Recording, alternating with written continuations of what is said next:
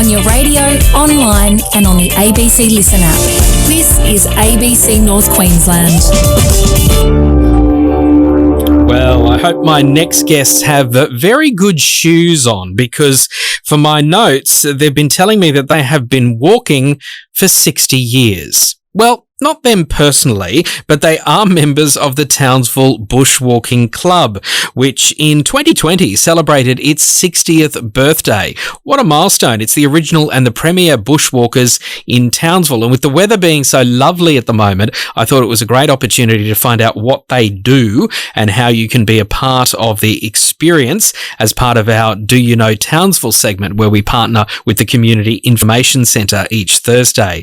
Lewin Warneke and Molly Hoey from the group are with us this morning. It's lovely to see you both. How are you? Great, thanks for having us here. And how are the shoes? You haven't worn walking shoes in today? No, not today. I suddenly feel I should have, because I did walk from work, and that would have been an excellent idea. There we go. We could have a great conversation about what is the perfect shoe. The Bushwalking Club, I mean, it sounds quite obvious what you do, but I'm sure it's more than just simply a bushwalking group of people. Lewin, explain about your club and what happens. Well, we have much history, and we've been for 62 years exploring the different land and documenting that. So we know where all the good locations are, like the terraces is a stunning place. Mm-hmm. We organize easy to difficult bushwalking events every weekend. And it's such a part of life in North Queensland, isn't it, Molly's? People love to get out there and just go for a walk, not necessarily the champion runners or sprinters out there, but just to explore nature. Townsville's such a, even just North Queensland, it's such a beautiful area for this kind of thing. And yeah, even it's so accessible. If you just want to go out for an hour and just stroll, it's there for you. If you want to be out for 3 days and not see anyone, you can totally do it up here. It's an amazing spot. And is that the idea of the club as well? It's not for not for the hard yakka, but maybe for the more social walkers? Yeah, certainly. So we're very big on, if you want to get into walking, but you're not quite sure how, you're a bit of trepidation, come and join the club. We've got such experienced leaders. But if you're also the kind of person that just wants to disappear with your favourite shoes and the GPS, mm-hmm. come join the club, because we might like to join you.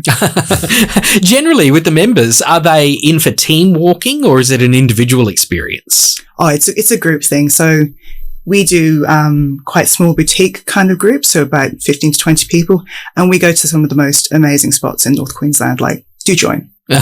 You know all the best spots. We'll talk a little bit more about that in a moment. But Lewin, for people when they get started, I mean, they might think it's pretty easy.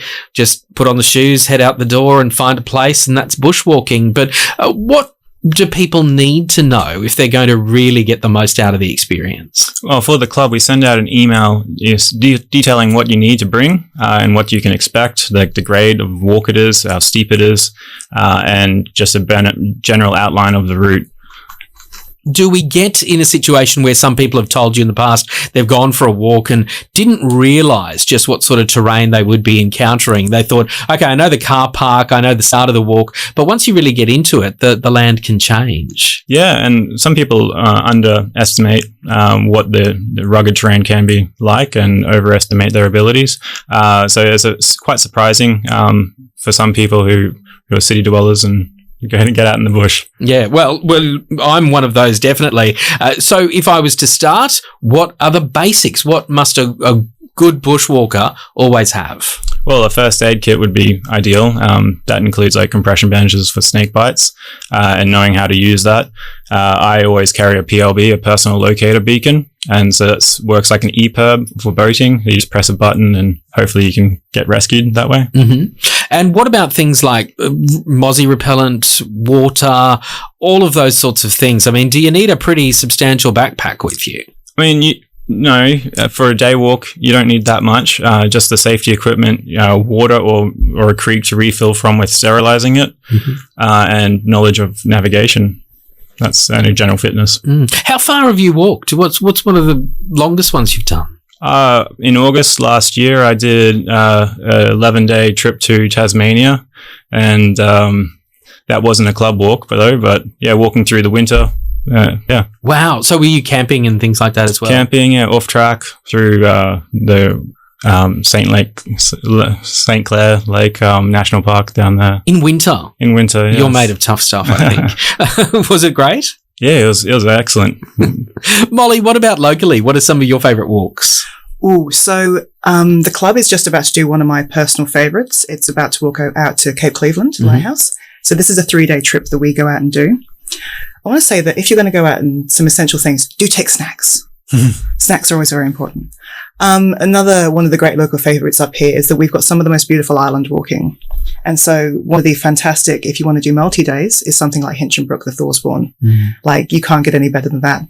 But even just some of the short walks out here, like even just little half days, you're going to see some spectacular stuff. And how did you get into it? Were you a nature lover, or you were a bird watcher, or what got you, into walking? To the actual club itself was because if you're going to walk, like I often do, like you go off by yourself, you've got to have a community behind you so that you know where you're going. You've got some experience. You've got people who've already been there. It's that kind of network and support system. And you must get a lot of good tips shared as well. People tell you about places they've been or things they've seen. Is that the case, Lewin? Yeah, it's a great way to learn. There's a lot of older people in the club, and I've learnt from their years of experience, just different tricks and tips. One question I've always wanted to ask, because I've seen people do this, even going to areas like Scotland where people, do all the highlands and all of that. So the sticks. I don't know if they've got an official name, but why are the sticks important? And do you use them in bushwalking in North Queensland? I personally don't use sticks because I'm incredibly clumsy. And if you're going to fall with a stick, it's just so much worse. But I think a lot of it is a balancing support system. So if you're carrying a 20-kilo pack, like if you're going for a multi-day, those sticks are going to be incredibly important if you're trying to navigate something. Okay. All right. I think they look impressive. and people can stay out of your way too if you swing them around. Very, very good. Now, if people want to find out more, what's the best way to get in touch with you? Well, you can go to our website and there's an email address there, info@townsvillebushwalkingclub.com, or you can contact us on our socials, Facebook and Instagram. So you're on all of those. You share lots of snaps from what you see on your walks and things like that. Yeah. I bet you've got the best pictures in North Queensland. There's some sterling photographers with us. Congratulations to you both. It's lovely to find out more. And as we say, you can also get in touch with the Community Information Centre to get more details on the Townsville Bushwalking Club. To Molly and Lewin, thank you so much for being with us. Happy walking. Yeah, thanks for having us. We'll see you down the track. It's lovely stuff. This is ABC North Queensland. My name's Michael Clark. We're going to get drumming next.